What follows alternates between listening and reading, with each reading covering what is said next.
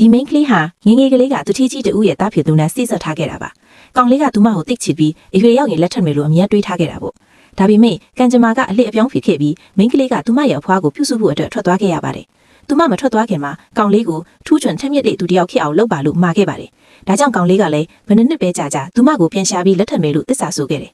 18နှစ်အကြာမှာတော့ထိုကောင်လေးဟာအောင်မြင်တဲ့ကုမ္ပဏီကြီးတစ်ခုရဲ့ CEO ဖြစ်လာခဲ့ပါတယ်။သူ့ရဲ့လက်ထောက်ကသူ့အမေကအိမ်ထောင်ဖက်အသစ်နဲ့တွေ့ဖို့စီစဉ်ထားတယ်လို့ပြောပေမဲ့သူကချစ်ချင်းပဲညှင်းဆိုခဲ့ပါတယ်။ဘာလို့လဲဆိုတော့သူ့စိတ်ထဲမှာသူချစ်တဲ့ထိုမိန်းကလေးကိုပဲရှာချင်နေလို့ပါ။သူနေ့မှာတော့သူဟာမိန်းကလေးရဲ့အဖွားအိမ်ကိုနောက်ဆုံးမှရှာတွေ့ခဲ့ပါတယ်။ဒါပေမဲ့သူကကိုမပြည့်စုံသေးဘူးလို့ထင်နေတော့မှတကားခောက်ဖို့တတ်တည်မရှိခဲ့ပါဘူး။သူ့ရဲ့လက်ထောက်ကဒါကိုတတိထားမိပြီးအမြဲတမ်းအားပေးတိုက်တွန်းနေလို့သာသူယုံကြည်မှုရှိနဲ့တွေ့ဖို့ဆုံးဖြတ်ခဲ့တာမှာလက်ထောက်ကသူ့ကိုတကယ်လို့သူမကတွေ့လှမနေရင်ရောလက်ထပ်ဦးမလားလို့မေးတဲ့အခါသူမဘလို့ပုံစံမဲဖြစ်နေပါစေငါချစ်မှာပါလို့ခိုင်မာပြန်ဖြေခဲ့ပါတယ်အဲ့ဒီနောက်လက်ထောက်ကအိမ်တကားကိုခောက်လိုက်ပါတယ်ဒါပေမဲ့တကားဖွင့်လာတဲ့အမျိုးသမီးကိုမြင်လိုက်ရတဲ့အခါသူချက်ချင်းပဲမြင်တတ်သွားခဲ့ပါတယ်ထိုအမျိုးသမီးကသူ့ကိုခံညားတယ်လို့ထင်ပြီးနမ်းဖို့အထိကြိုးစားခဲ့ပါတယ်သူကအယမ်းလန့်သွားပြီးမိန်းကလေးရဲ့နာမည်ကိုအော်ခေါ်လိုက်တော့မှထိုအမျိုးသမီးကသူ့ဘသူ့ကိုရှာနေမှန်းသိသွားတာပါသူမကမိန်းကလေးဟာသူမရဲ့အရင်ချဖခင်ရှိရာကိုပြောင်းသွားပြီးဖြစ်ကြောင်းပြောပြပြီးလိပ်စာအသစ်ကိုပေးလိုက်ပါတယ်။သူမိန်းကလေးရဲ့အိမ်အသစ်ကိုရောက်သွားတဲ့အခါအိမ်ထဲမှာမင်္ဂလာဆောင်ကျင်းပနေတာကိုတွေ့လိုက်ရတယ်။သူကမိန်းကလေးပဲ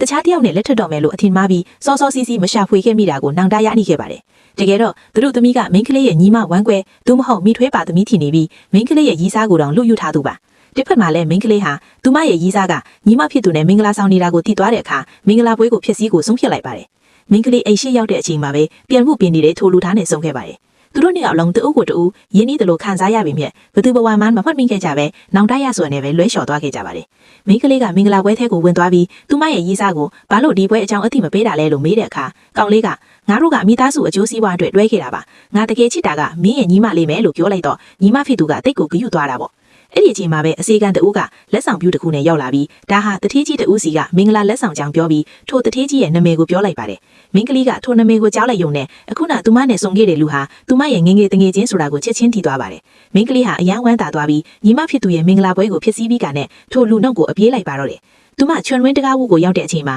ထိုလူကကားပေါ်တက်နေပြီဖြစ်လို့သူ့နာမည်ကိုအမြန်အော်ခေါ်လိုက်တယ်။ဒါပေမဲ့သူကတော့ကားထဲမှာဝိုင်းနေဆွေရအချစ်တချင်းတစ်ပုတ်ကိုဖွင့်ပြီးသူမဘာလို့ငါ့ကိုစောင့်မနေရတာလဲဆိုပြီးအခြေတိုင်းငိုနေခဲ့တယ်။ကားနောက်ကိုမမီတဲ့အတွက်မိန်းကလေးလည်းရက်လိုက်ပါတယ်။မကြခင်မှာပဲမိန်းကလေးဟာထိုလူရဲ့ကုမ္ပဏီကိုသွားခဲ့ပါတယ်။မိန်းကလေးလာတွေ့မယ်ဆိုတာသိလိုက်ရတဲ့အခါထိုလူဟာမပြုံးမဲမနေနိုင်အောင်ဖြစ်နေပါတယ်။မိန်းကလေးလာနေတော့မှပဲလူကရည်ရွယ်ချက်ရှိအပေါ်အင်ဂျီကိုချွတ်ပြီးသူ့ရဲ့အချော်ဆုံးပုံစံကိုမြင်စေဖို့လေ့ကျင့်ခန်းအချို့လုပ်ပြနေခဲ့တယ်။ဒါပေမဲ့မိန်းကလေးဝင်လာတဲ့အခါမှာတော့သူကဝမ်းနေဆိုလို့ဟန်ဆောင်ပြီးဘာလို့တခြားတစ်ယောက်နဲ့လက်ထပ်လိုက်တာလဲလို့မေးလိုက်တယ်။မိန်းကလေးကဘာဒီပြောနေမှန်းမသိတော့ကြောင်သွားတော့တယ်။